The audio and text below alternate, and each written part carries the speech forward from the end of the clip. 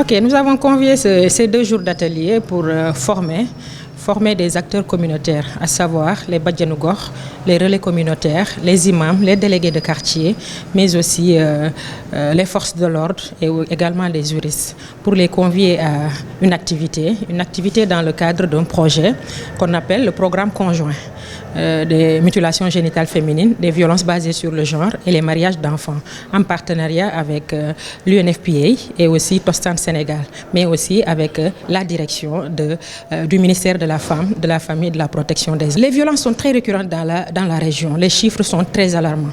Pourquoi on le dit? Parce qu'on a recensé de janvier à novembre 2023 228 cas ainsi formés. C'est-à-dire pour les violences physiques, nous avons reçu 68 cas.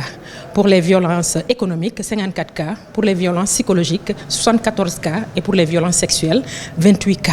Pour vous dire aujourd'hui que les chiffres parlent d'eux-mêmes. Aujourd'hui, vous dire que ces violences sont récurrentes. Mais à l'encontre de qui? À l'encontre des femmes, mais aussi à l'encontre des filles. Parce qu'aujourd'hui, quand on parle de violences basées sur le genre, ce sont des violences qui sont exercées sur les femmes et les filles, mais aussi sur les hommes.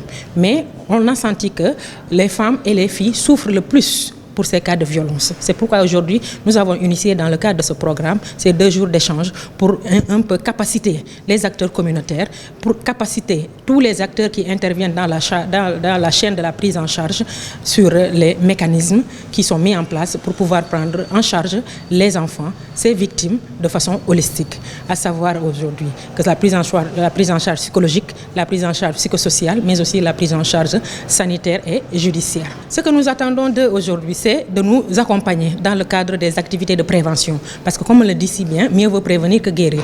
Mais aussi quand elles ont connaissance des cas de violence, de les signaler aux autorités compétentes, à savoir les structures de la police, de la gendarmerie, du procureur, du juge d'instruction, ou bien aussi les structures de la société civile, que sont aujourd'hui la boutique de droit qui est là, il y a l'AMO qui est là, il y a le centre de premier accueil qui est là, il y a le centre Koulimaro, le centre de Enda Santé. Donc il y a tout un arsenal qui est mis en place aujourd'hui pour pouvoir accompagner ces victimes afin qu'elles puissent bénéficier gratuitement de toutes les formes de prise en charge.